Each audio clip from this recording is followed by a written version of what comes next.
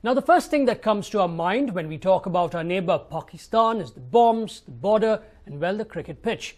Well, in fact, there is a world beyond the animosity, a world across the border which has a lot more in common with us than one can imagine.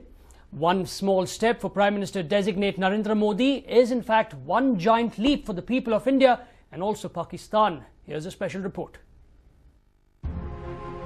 The PM-designate has kept all the differences aside and extended an olive branch to our neighbours.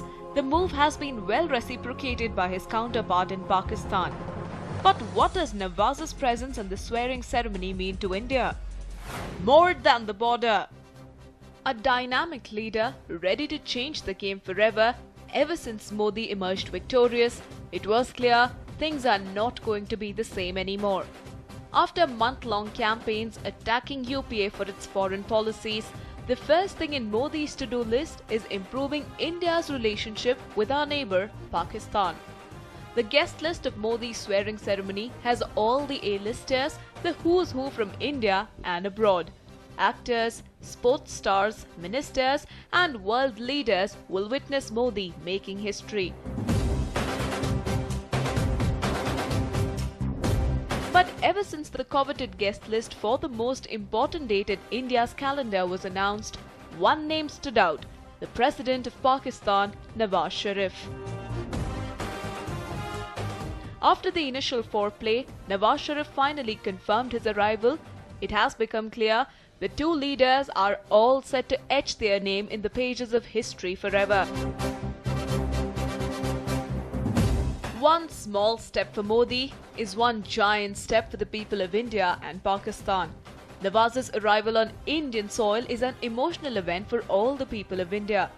This small step has brought in nostalgia across India and our neighbour.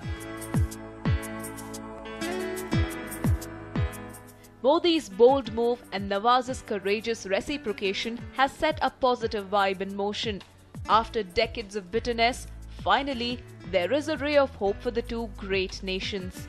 As history stands witness after British Raj, probably no two countries know better. United we stand, divided we fall. A love-hate relationship. Modi's olive branch has now opened a whole new avenue for peace talks, and many optimists believe this new development may even be an opportunity to bury the hatchet of the age-old rivalry forever. A congratulatory call from the President of Pakistan set the ball in motion. Modi was quick to respond with an invite to his inaugural ceremony. Breaking the answered rule, now finally there is an elbow room for changing the relationship. Modi got the unconditional support from the people of India for his good governance and the development mantra.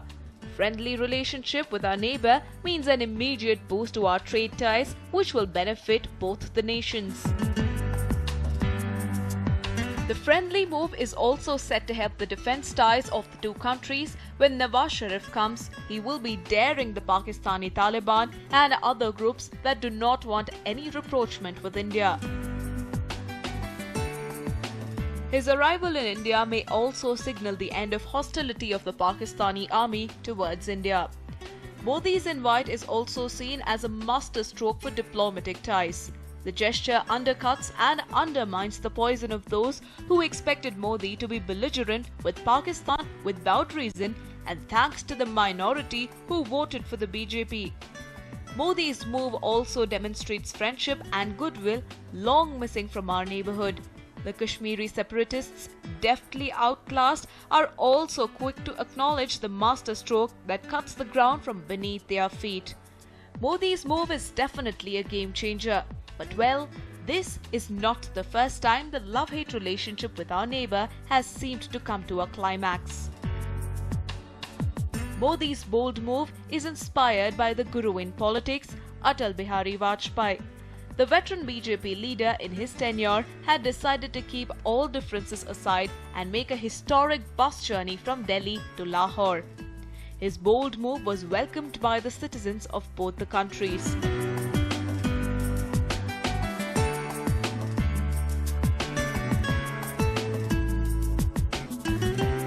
It opened the doors once thought to be permanently closed.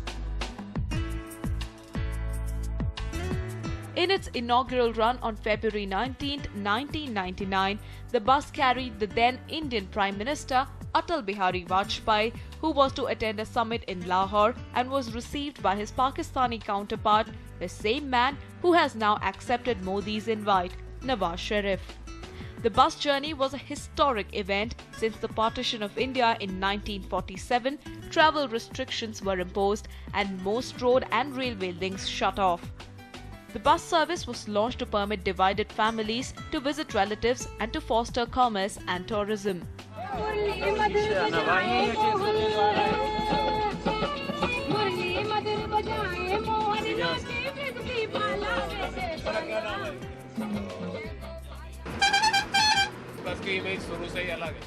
Interestingly, the bus continued to run even during the Kargil War of 1999. It was suspended only in 2001, an aftermath of the Indian Parliament attack, which the Indian government accused Pakistan of instigating. The countries may have a lot of political differences, but at times, when Mother Nature has played havoc, India and Pakistan have united to help each other. A friend in need.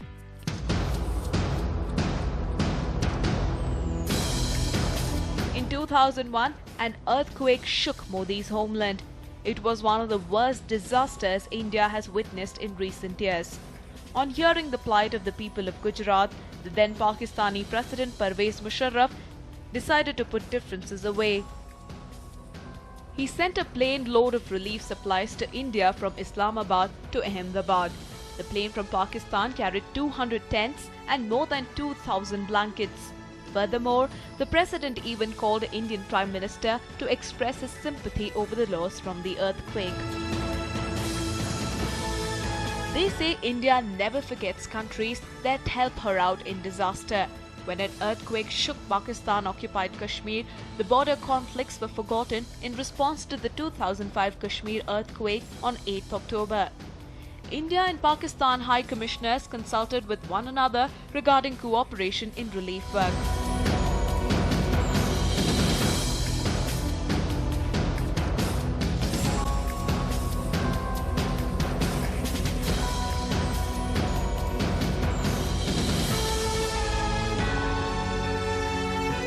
India sent 25 tons of relief material to Pakistan, including food, blankets and medicine.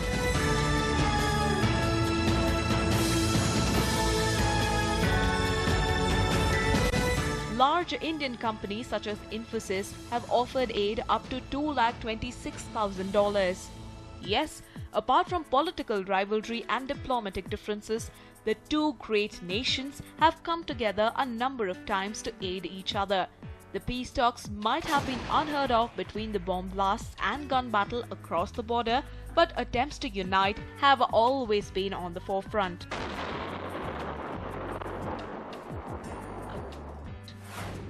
The world beyond the border. Pakistani nationals are always seen as an enemy by most people of India. But the truth is, beyond the border, Pakistani people have a lot in common with us. The government policies and the army might have had a hostile outlook with India, but the people of Pakistan have often seen India beyond the image built over the years. Indian actors have a huge fan following in Pakistan.